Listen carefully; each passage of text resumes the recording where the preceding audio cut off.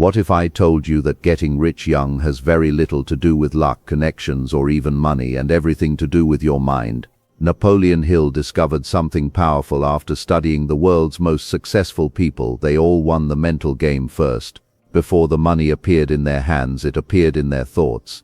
Right now, whether you realize it or not, your mindset is deciding your future income. In this video, you'll learn the mental rules that separate those who struggle for decades from those who rise early. Watch till the end, because the final lesson can completely change how you see wealth.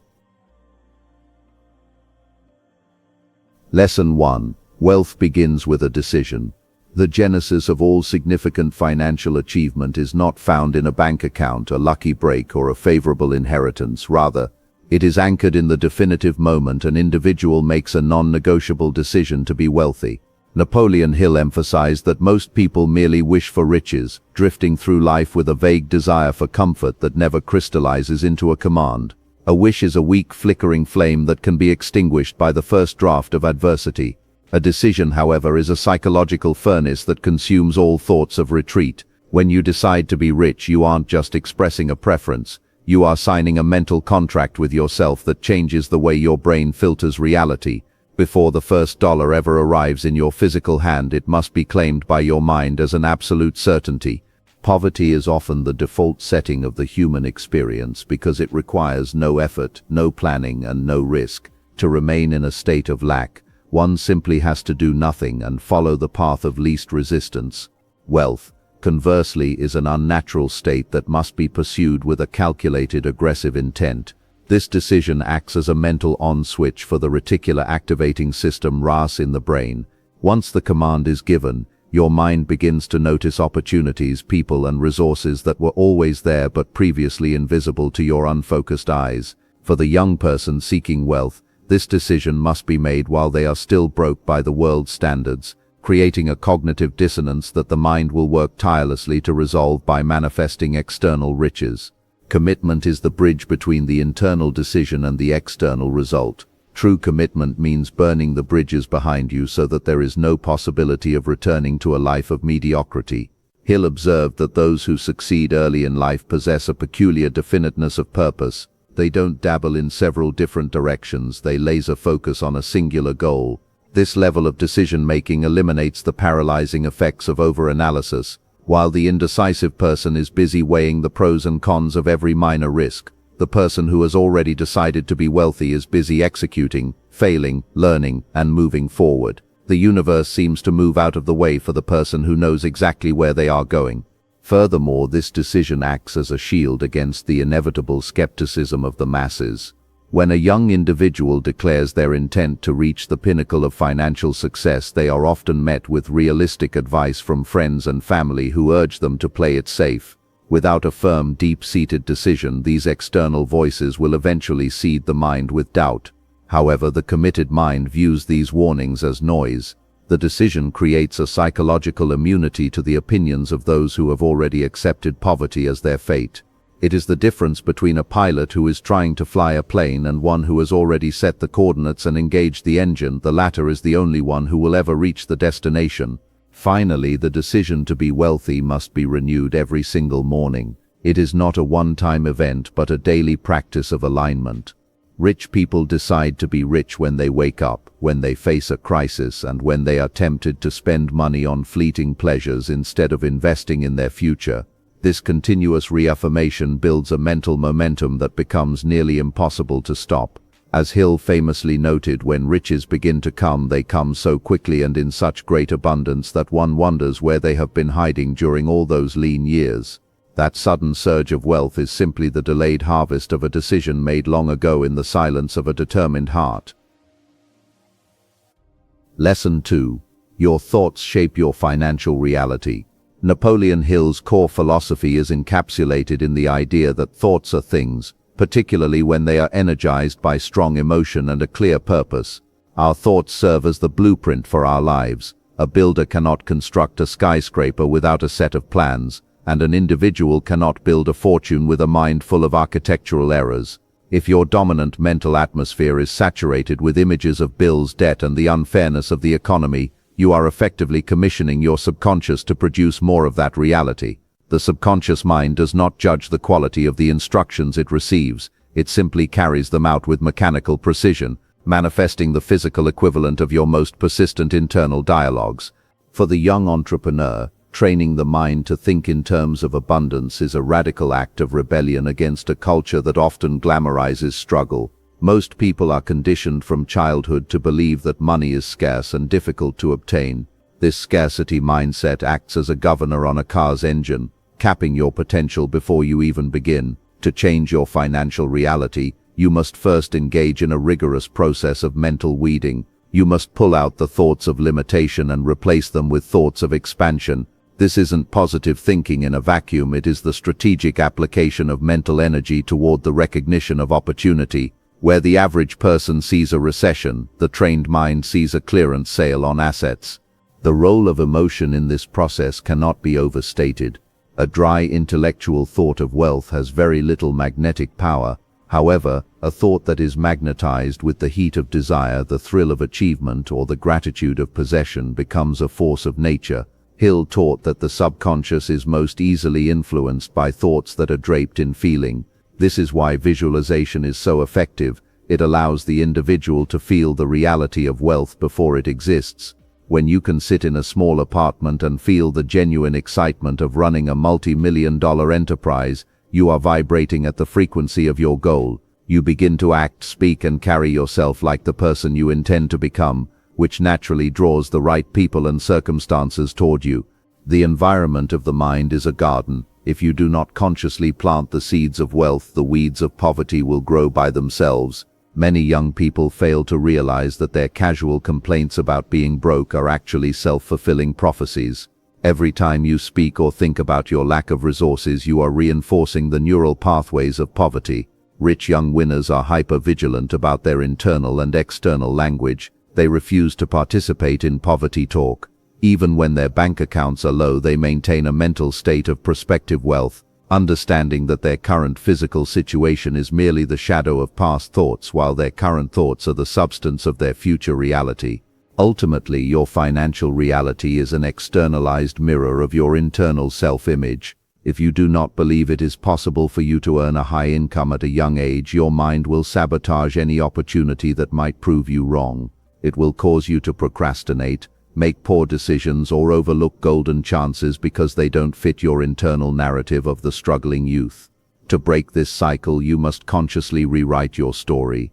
You must view yourself as a magnet for capital and a creator of value. Once the internal shift is complete, the external world has no choice but to align itself with the new mental standard you have established. Lesson 3: Self-belief is the real capital. In the hierarchy of assets, self-belief occupies a position far above liquid cash or physical property. Hill argued that faith is the starting point of all accumulation of riches, and without it the most brilliant business plan is nothing more than a piece of paper. Self-belief is the psychological capital that allows a person to endure the valley of disappointment, that period where effort is high but results are low. It is the unwavering conviction that you possess the inherent value and the capacity to solve problems that the market will reward. While the world looks at your credentials or your history, the wealth builder looks at their potential, trusting in a version of themselves that has not yet fully emerged. The mechanism Hill recommended for building this belief is auto-suggestion, the process of self-communication that influences the subconscious. This is not mere vanity, it is a clinical method of reprogramming the brain. By repeatedly affirming your goals and your ability to achieve them, you bypass the critical, skeptical faculties of the conscious mind and reach the deeper layers where your identity is formed. A young person starting with nothing must use auto-suggestion to build a synthetic confidence. They must tell themselves they are capable and deserving until the subconscious begins to accept it as an absolute truth. Once the subconscious is sold on the idea, it begins to provide the intuition and the courage necessary to take high-stakes actions. Money by its very nature is a social tool that responds to the energy of confidence. In a negotiation, the person with the highest level of certainty usually wins. When an investor looks at a young founder, they aren't just looking at the spreadsheets, they are looking for the flicker of doubt in the founder's eyes. If you do not believe you are worth the investment, the world will agree with you. Self-belief allows you to ask for what you are worth, to walk away from bad deals, and to stand firm when others are panicked. It is the inner gold that must be mined and refined long before any physical gold can be extracted from the marketplace. Persistence is the outward manifestation of self-belief. It is easy to believe in yourself when the sun is shining and the profits are rolling in. But true capital is the belief that remains when you are down to your last dollar and everyone else has counted you out. Hill noted that every great fortune began with a period of hardship that would have broken a person lacking self-belief. This belief provides a mental second wind. It allows you to view yourself not as a victim of circumstance but as a master of your fate. You begin to understand that you are the primary cause of your success, and as long as you remain intact, your ability to generate wealth remains unlimited. Moreover, self-belief eliminates the destructive habit of comparison. Young people today are bombarded with the curated successes of their peers on social media, which can lead to a sense of inadequacy. However, the person with deep self-belief understands that their journey is unique and their timeline is sovereign. They do not feel the need to fake it because they are too busy becoming it. This internal security allows them to focus entirely on their own growth and value creation. They realize that their greatest asset isn't what they have in their pocket, but who they are becoming through the process of striving. As the self-belief grows, so does the scale of the problems they are willing to tackle, and consequently the size of the rewards they receive. Lesson 4: Persistence defeats talent. One of the most profound observations in Hill's research was that talent, while useful, is rarely the deciding factor in the accumulation of great wealth. The world is full of brilliant, educated, and talented individuals who are living in a state of perpetual financial mediocrity. What separates the wealthy from the almost wealthy is the quality of persistence, the ability to maintain one's course in the face of repeated failure and soul-crushing setbacks. Persistence is the carbon that turns the iron of desire into the steel of character.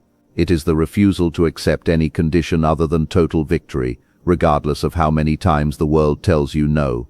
Most people quit when they are 3 feet from gold, a famous Hill anecdote describing a miner who gave up just before hitting a massive vein of ore. In the pursuit of wealth, there is an invisible barrier designed to weed out the half-hearted. This barrier often takes the form of a temporary defeat. To the average mind, a defeat is a sign to stop, a justification for why the dream was unrealistic in the first place. To the persistent mind, however, a defeat is merely a piece of feedback, a cosmic way of saying, your current plan is flawed, create a new one and try again. The rich young winner understands that failure is a permanent state, only if one stops trying. Until then, it is just a lesson in disguise. Persistence is essentially a mental game of attrition. You are betting that your will is stronger than the obstacles in your path. This is especially critical for young people who may lack the experience or the network of their older counterparts. What they lack in who they know, they must make up for in how long they can last. When you stay in the game longer than anyone else, you eventually become the most experienced person in the room by default. You survive the cycles that wipe out the speculators, and you are positioned to capitalize on the recovery. Persistence builds a reputation of reliability. The world eventually gives in to the person who simply refuses to go away. Furthermore, persistence develops a specific kind of mental toughness that Hill called the persistence habit. Just as muscles grow through resistance, the will grows through the act of overcoming. Every time you push through a moment of doubt or a financial hurdle, you are strengthening the neural pathways of resilience. This makes the next challenge easier to handle. Those who acquire wealth early often have to deal with intense pressure. Persistence is the training ground that prepares them for the weight of that responsibility. They learn that the overnight success is almost always the result of years of dogged, invisible labor that no one else was willing to perform. The key to maintaining persistence is a burning desire. You cannot persist in something you are only mildly interested in. If your goal is just to pay the bills, you will quit the moment a more comfortable or easier path appears. But if your goal is fueled by a deep obsessive desire to create a legacy, to provide for your family, or to change an industry, your persistence becomes an unstoppable force. It transforms work into a mission. As Hill emphasized, there is no such thing as something for nothing. The price of wealth is persistence, and those who are unwilling to pay that price will find that the doors to the temple of riches remain forever closed to them. Lesson 5: Environment Programs Your Mind. Napoleon Hill was a pioneer in understanding the concept of social contagion, the idea that we are the psychological average of the people and environments we frequent. He warned that the mind is like a sponge, constantly absorbing the vibrations, attitudes, and beliefs of its surroundings. If you spend your time in an environment defined by poverty consciousness, where people complain about the government, blame the economy, and mock ambition, it is virtually impossible for your own mind to remain untainted. Even the strongest will can be eroded by a constant drip of negativity. For the young person seeking wealth, the curation of their environment is not an elective luxury, it is a survival necessity. Protection of one's mental space involves a ruthless audit of both physical and digital inputs. In the modern era, our environment includes the podcasts we listen to, the social media feeds we scroll, and the news cycles we consume. A person who starts their day by consuming tragic news and outrage-inducing social media posts is essentially poisoning their mental well-being before they've even had breakfast. Rich young winners treat their minds like a high-end laboratory, allowing only the highest quality chemicals, ideas of growth, strategies for success, and stories of triumph to enter. They understand that their creative energy is their most valuable resource, and they refuse to squander it on low-frequency information. The mastermind principle is Hill's solution to the environmental problem. He defined it as the coordination of knowledge and effort in a spirit of harmony between two or more people for the attainment of a definite purpose. By intentionally surrounding yourself with individuals who are more successful, more disciplined, or more knowledgeable than you are, you create a psychic uplift. You begin to adopt their habits and thought patterns through a process of osmosis. In a mastermind group, the collective intelligence exceeds the sum of its parts. If you are the smartest or most ambitious person in your circle, your environment is actually a ceiling on your growth. You must find a circle where your big dreams are considered normal. Equally important is the physical environment. While you may not be able to afford a luxury office or a mansion initially, you can control the order and vibe of your current space. A cluttered, chaotic room often reflects and reinforces a cluttered, chaotic mind. Creating an environment of discipline, rising early, maintaining a clean workspace, and surrounding yourself with books or symbols of your goals sends a signal to your subconscious that you are a person of consequence. It builds a sense of self-respect that is necessary for high-level achievement. You are telling yourself that you deserve a better life, and you are beginning to manifest that reality in the small area you currently control. Finally, we must recognize that environment also includes our internal dialogue, the mental house we live in every day. You can be in a room full of millionaires, but if your internal environment is a slum of self-criticism and fear, you will still feel like a pauper. The goal is to align the internal and external environments so they work in synergy. This means choosing mentors who challenge you, friends who hold you accountable, and media that educates you, while simultaneously cultivating an inner voice that encourages and validates your journey. When your environment is engineered for success, wealth becomes the natural, inevitable byproduct of your daily existence. Getting rich young is not a secret, it's a mindset mastered early. As Napoleon Hill revealed, money follows the mind that's prepared to receive it. Change how you think and you change what you attract. Start playing the mental game today, because once your mind is aligned with wealth, the results have no choice but to follow.